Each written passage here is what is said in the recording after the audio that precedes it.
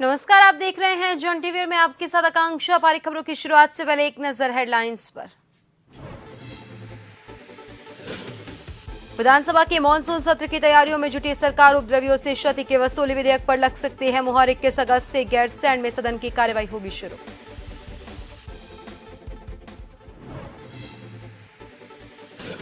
मुख्यमंत्री ने रक्षाबंधन पर बहनों को दी सौगात। रोडवेज बसों में कर सकेंगे मुफ्त यात्रा, किराए में परिवहन निगम देगा 100% छूट।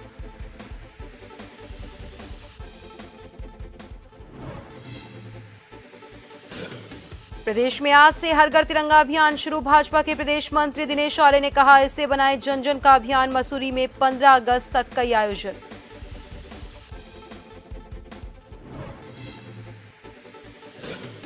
हाईकोर्ट ने सितारगंज एसएचओ को दिए निर्देश। विवाहिता को 4 सप्ताह के लिए दे सुरक्षा। महिला ने पति और ससुर पर लगाए जान लेने के आरोप।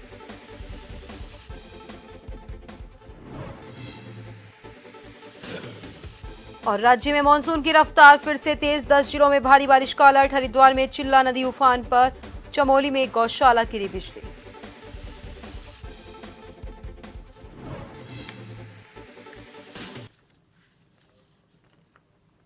और अब खबरें विस्तार से। राज्य सरकार विधानसभा के मॉनसून सत्र की तैयारियों में जुट गई है। इसमें उपद्रवियों से क्षति की वसूली विधेयक पर मुहर लग सकती है। वहीं 21 अगस्त से गैरसैंण में सदन की कार्रवाई शुरू होगी। इस दौरान सरकार मॉनसून सत्र में लोक और निजी संपत्ति क्षति वसूली सहित आधा दर्जन से ज्यादा विधेयक पेश कर सकती है। जानकारी है कि विधानसभा के मॉनसून सत्र के लिए विधायकों ने अब तक 488 सवाल लगाए हैं।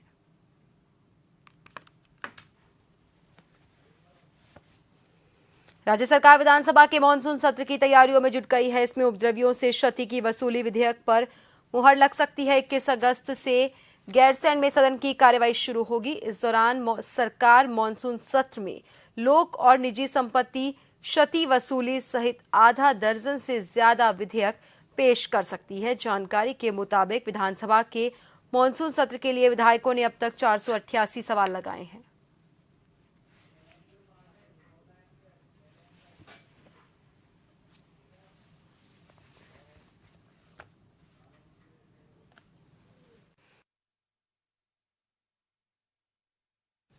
और खबर पर ज्यादा जानकारी के लिए हमारे सहयोगी शैलेंद्र पांड्या सीधा हमारे साथ फोन लाइन पर जुड़ चुके हैं। शैलेंद्र, राज्य सरकार विधानसभा के मॉनसून सत्र की तैयारियां कर चुकी है। इस दौरान कई विधेयक पर मुहर लग सकती है, तो कौन कौन से विधेयक इस दौरान खास होने वाले हैं? इसके साथ ही कौन कौन से मुद्दे इस सत्र में उठाए जा सकते हैं? आकांक्षा बता दें कि जो मानसून सत्र है 21 से 23 अगस्त तक गैरसैंण में होने वाला है। इसमें सरकार करीब 6 विधेयक ला सकती है, जिसमें लोक एवं निजी संपत्ति क्षति वसूली विधेयक है। इस संबंध में पहले सरकार सदन में अध्यादेश ला चुकी है। अब इस बार इसको कानूनी जामा पहनाएगी। इसके साथ ही खेल विश्वविद्यालय विधेयक है, वन पंचायत विधेयक अधिनियम है, ओबीसी आरक्षण का जो विधेयक है पंचायत निकाय चुनाव में। तो इन सारे विषयों को लेकर के सरकार विधेयक लाएगी और उसकी संभावना है कि उसको पास कराने की कोशिश करेगी। अगर क्षतिपूर्ति विधेयक की बात करें तो इस पर सरकार बहुत सीरियस है, क्योंकि अब इस विधेयक में प्रावधान है कि अगर कहीं दंगा फसाद होता है या कोई हड़ताल करता है, कोई तोड़फोड़ करता है, तो जो निजी संपत्ति है या सरकारी संपत्ति की जो क्षति पहुंचती है उसकी वसूली दंगाइयों से किया जाएगा। क्योंकि उत्तराखंड में एक बहुत पहले बनफुरा में एक घटना हुई थी दंगा की पिछले साल, तो उसी के बाद मुख्यमंत्री ने इस पर एक एक्शन लिया था और इसके लिए आदेश लिया था। अब की बार संभावना है कि इस मानसून सत्र में उसको कानूनी जमा पहना दिया जाएगा। आकांक्षा, धन्यवाद शैलेंद्र हमसे जुड़ने के लिए और तमाम जानकारी के लिए। तो आप सभी को बता दें कि राज्य सरकार विधानसभा के मॉनसून सत्र की तैयारियों में जुट गई है। इसमें उपद्रवियों से क्षति वसूली विधेयक पर मुहर लग सकती है। 21 अगस्त से गैरसैंण में सदन की कार्यवाही शुरू होगी।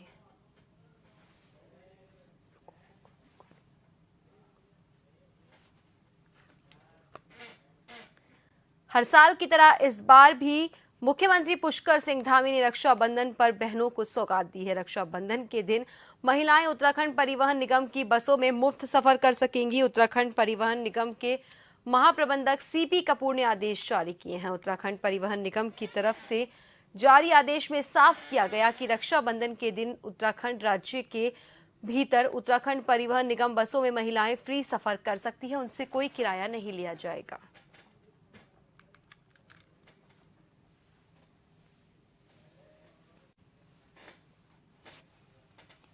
हाईकोर्ट ने सितारगंज क्षेत्र की विवाहिता को 4 सप्ताह के लिए सुरक्षा देने के निर्देश एसएचओ सितारगंज को दिए हैं। वरिष्ठ न्यायमूर्ति मनोज कुमार तिवारी और न्यायमूर्ति पंकज पुरोहित की खंडपीठ के समक्ष मामले की सुनवाई हुई। सितारगंज क्षेत्र की विवाहिता ने हाईकोर्ट में सुरक्षा दिए जाने की गुहार लगाई थी। उसके आरोप हैं कि उसका पति और पिता उसकी जान के पीछे पड़े हैं। वो अपने पति के किसी अन्य महिला के साथ अवैध संबंधों का विरोध करती थी, जिसकी वजह से पति उसका शत्रु हो गया। इस मामले में ससुर भी साथ देता है। विवाहिता फिलहाल अपनी महिला मित्र के साथ रह रही है। सुनवाई के दौरान सितारगंज के कोतवाल ने पेश होकर बताया कि महिला को काउंसलिंग के लिए बुलाया गया था।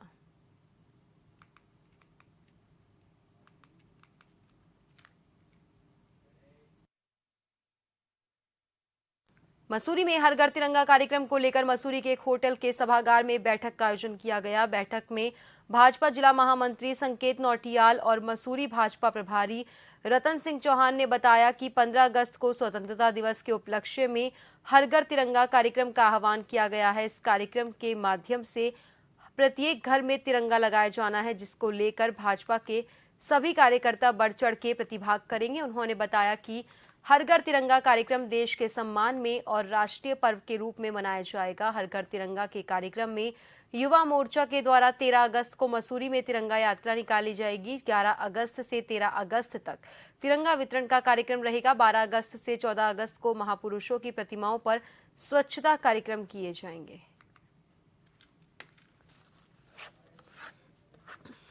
इस तिरंगा हमारी आन बान शान है और इस तिरंगे का आन बान शान रखना और ये तिरंगा भारत माता का जो तिरंगा है ये परम वैभव पर रहे और विश्व गुरु बने, ऐसी मनोकामना के साथ इस स्वतंत्रता दिवस पर भारतीय जनता पार्टी का एक एक कार्यकर्ता हर घर पर एक तिरंगा लगाएगा और हर घर तिरंगा अभियान को सफल बनाने का अपनी ओर से पूर्ण रूप से प्रयास करेगा। कि हम जो हमारा स्वतंत्रता दिवस है किस प्रकार से हम इस बार बनाएं, उसको लेकर के पूरी तैयारी हमारे यहाँ चल रही है। उसको लेकर के प्रत्येक जनमानस, प्रत्येक घर में झंडा किस प्रकार से लग सके, उसकी हमारी पूरी तैयारी यहाँ पर आज की इस बैठक में सुनिश्चित होने वाली है। हमारी 13 तारीख को मसूरी मंडल में एक रैली भी यहाँ पर आयोजित की जा रही है, ताकि प्रत्येक जनमानस अपनी स्वतंत्रता दिवस की जो खुशी है उसमें व्यक्त कर सके और उसकी तैयारी को लेकर के आज ये बैठक आयोजित की।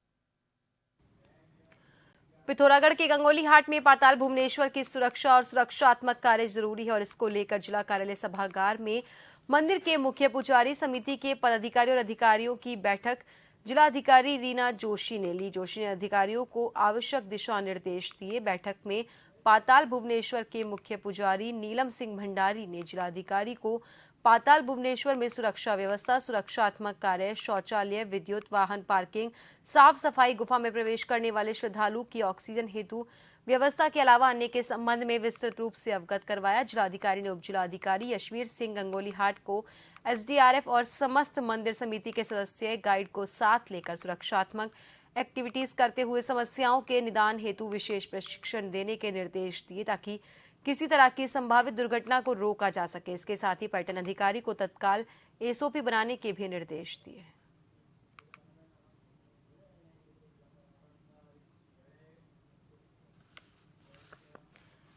देवप्रयाग से भाजपा विधायक विनोद कंडारी की मुहिम को जहां सरकार के द्वारा भी अपनाया और हर ब्लॉक से 5 बोर्ड टॉपर छात्रों को सरकार भारत दर्शन कार्यक्रम के तहत भ्रमण पर ले जाएगी। बीजेपी विधायक विनोद कंडारी के द्वारा 18 सितंबर से लेकर 22 सितंबर तक देवप्रयाग विधानसभा के स्कूलों के 10वीं बोर्ड परीक्षा के टॉपर को उत्तर प्रदेश के कई स्थानों में भ्रमण के लिए ले जाया जा रहा है, जिसकी तैयारी विधायक के द्वारा की जा रही है। विधायक विनोद कंडारी का कहना है करीब 100 बोर्ड टॉपर छात्रों के दल इस बार भारत दर्शन पर जा रहे हैं, जिसमें उत्तर प्रदेश के प्रतिष्ठित स्थानों का भ्रमण कराया जाएगा। साथ ही उत्तराखंड के मुख्यमंत्री और उत्तर प्रदेश के मुख्यमंत्री से भी छात्रों की मुलाकात होगी।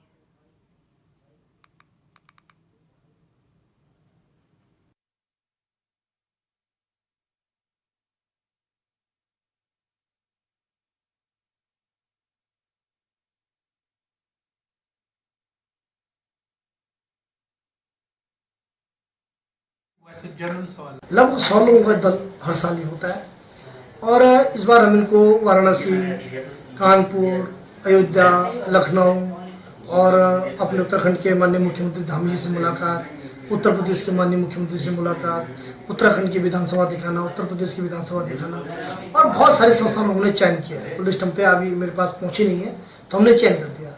और ये मेरी विधानसभा में जितने सरकारी, गैर सरकारी, हाई स्कूल के टॉपर बच्चे हैं उन बच्चों को मैं हर साल इस कार्यक्रम को भारत दर्शन कार्यक्रम ने इसका नाम दिया है।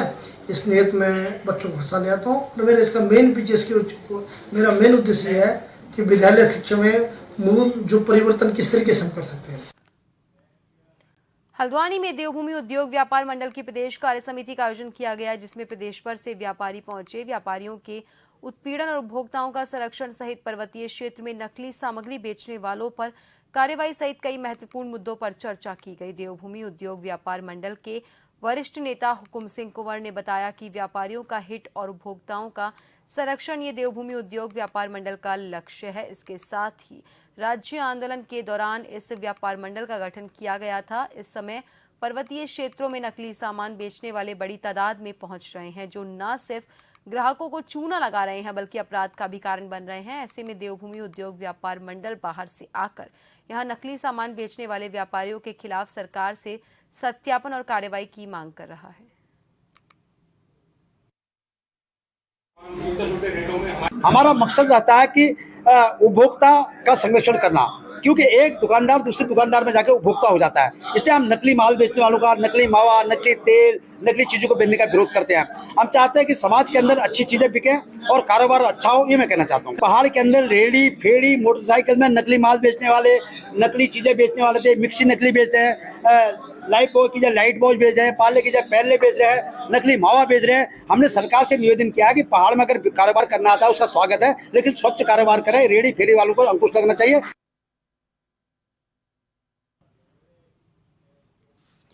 पिथौरागढ़ के बलुआ कोट यूजीआईसी में शिक्षकों की नियुक्ति को लेकर क्रमिक अनशन किया जा रहा है। इसमें ग्रामीण बलुआ कोट मुख्य बाजार में रात दिन बरसात में बैठे हैं। ग्रामीणों का कहना है विद्यालय में गणित, अंग्रेजी, जीव विज्ञान, राजनीति शास्त्र अध्यापक अध्यापिकाओं का स्थानांतरण होने के कारण अन्य विद्यालय में चले गए। भौतिक विज्ञान के अध्यापक का 2 साल से समायोजन अन्य विद्यालय में हल्द्वानी में अटैच है। स्कूल में छात्रों की संख्या 370 है, जिससे छात्रों की पढ़ाई में काफी दिक्कत हो रही है। उनका कहना है जल्द से जल्द शासन प्रशासन ने आंदोलनकारियों की समस्या नहीं सुनी तो आमरण अनशन शुरू किया जाएगा।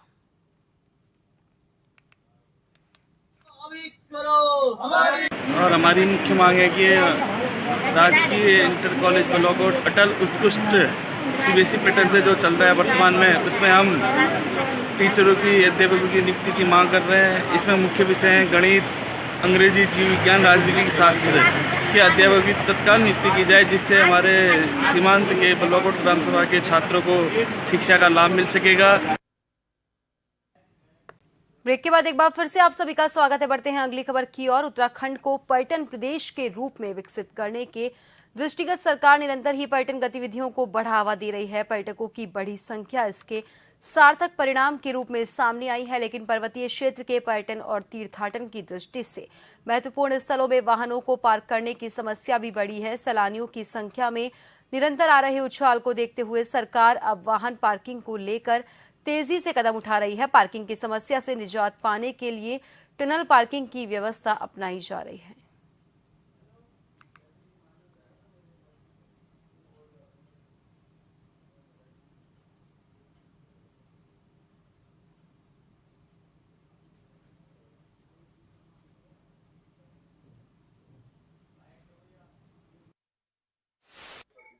देखिए, टनल पार्किंग के बारे में बहुत सी हमारी पार्किंग की जो स्थलीय निरीक्षण की बातचीत चल रही है, सर्वे उसमें हो रहा है।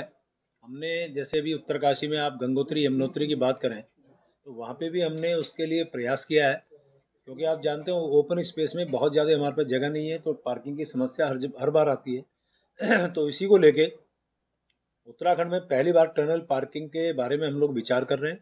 सर्वेक्षण होने के बाद जो हमारे विशेषज्ञ लोग हैं उनकी रिपोर्ट के बाद फिर हम टनल पार्किंग की DPR बनाएंगे, और उसके बाद फिर जहाँ जहाँ हमें फाइनल स्थिति में हम लोग होंगे वहाँ हम टनल पार्किंग बनाएंगे।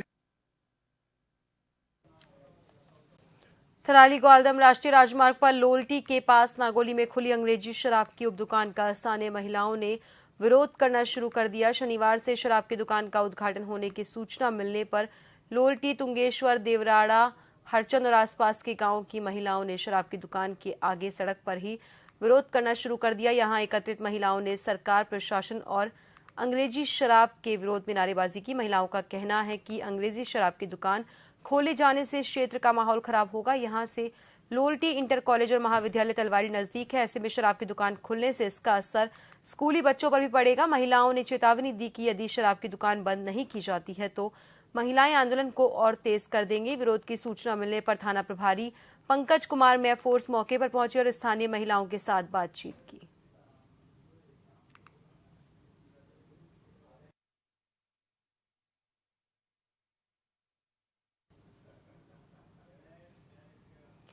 मौसम विभाग ने रविवार को प्रदेश के 10 जिलों में भारी बारिश का अलर्ट जारी किया। मौसम विभाग के निदेशक डॉक्टर विक्रम सिंह ने बताया कि चमोली और बागेश्वर में भारी से भारी बारिश की संभावना है। रुद्रप्रयाग, उत्तरकाशी, देहरादून, टिहरी, पौड़ी, नैनीताल, चंपावत और पिथौरागढ़ में कहीं कहीं भारी बारिश की संभावना है। इसके अलावा अन्य जिलों में गर्जन के साथ आकाशीय बिजली चमकने की संभावना है।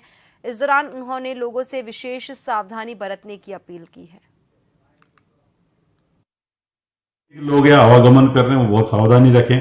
रास्ते बंद होंगे कहीं कहीं पर, इन डिस्ट्रिक्ट में खासकर जहाँ पे भारी से बहुत भारी वर्षा है, या इसी तरह घाट गदरों में भी पानी बढ़ेगा। तो जो लोग उसके आसपास रह रहे हैं या जो लोग इसमें क्रॉस करने या इस तरह की जो पार करने की जो नदी नालों को वो कोशिश ना करें, तो कहीं ना कहीं चपेट में आते हैं।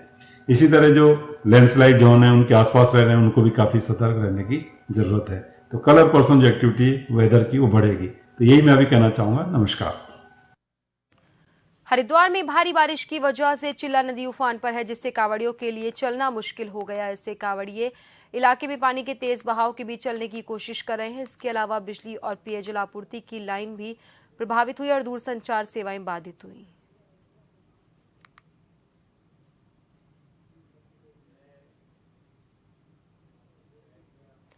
सावन और भादो के पवित्र महीने में श्री गुरु गोरखनाथ जहारवीर गोगा महाराज की छड़ी यात्रा होती है, जिसमें भारी संख्या में भक्तगण छड़ी लेकर मन में अपनी मन्नतें मानकर राजस्थान गोगाजी गुरु गोरखनाथ धाम जाते हैं। वहीं डोईवाला से भक्तों का जत्था छड़ी यात्रा के साथ रवाना हुआ। डोईवाला के धर्मूचक गोगामड़ी मंदिर से छड़ी यात्रा शुरू की, जो खात्ता रोड, मिल बाजार, डोईवाला चौक मुख्य बाजार से होकर शक्ति भवन मंदिर से राजस्थान के लिए रवाना हुई। इस दौरान गोगामाड़ी धर्मूचक के पुजारी मामचंद पाल ने बताया कि देश के कोने कोने से हर धर्म जाति के लोग छड़ी लेकर राजस्थान जाते हैं। परिवार में सुख शांति के साथ ही गोगाजी महाराज अपने भक्तों की हर मनोकामना को पूरी करते हैं।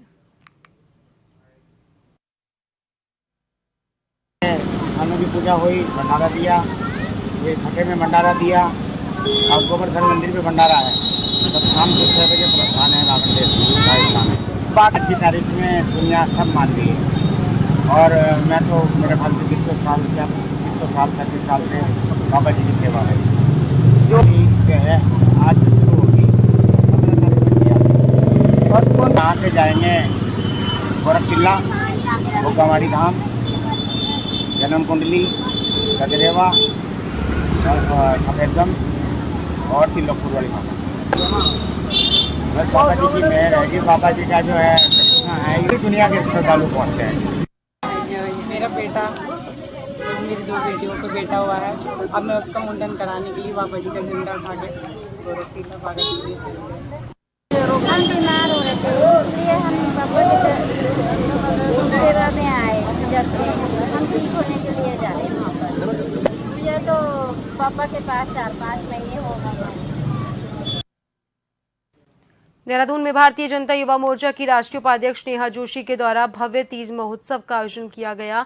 इस तीज महोत्सव में पारंपरिक अनुष्ठानों, लोक प्रदर्शनों, लोक संगीत और सांस्कृतिक प्रस्तुतियों का अद्वितीय दृश्य देखने को मिला। इस महोत्सव में शामिल होने वाले लोगों ने उत्साह से हर प्रस्तुति में भाग लिया। इस कार्यक्रम में मुख्य अतिथि के रूप में हंस फाउंडेशन के संस्थापक परम श्रद्धेय माता मंगला जी ने बतौर मुख्य अतिथि प्रतिभाग किया। कार्यक्रम का शुभारंभ दीप प्रज्वलित कर किया गया। तीज उत्सव में रंगारंग सांस्कृतिक कार्यक्रमों की प्रस्तुतियों ने भी लोगों को खूब झुमाया।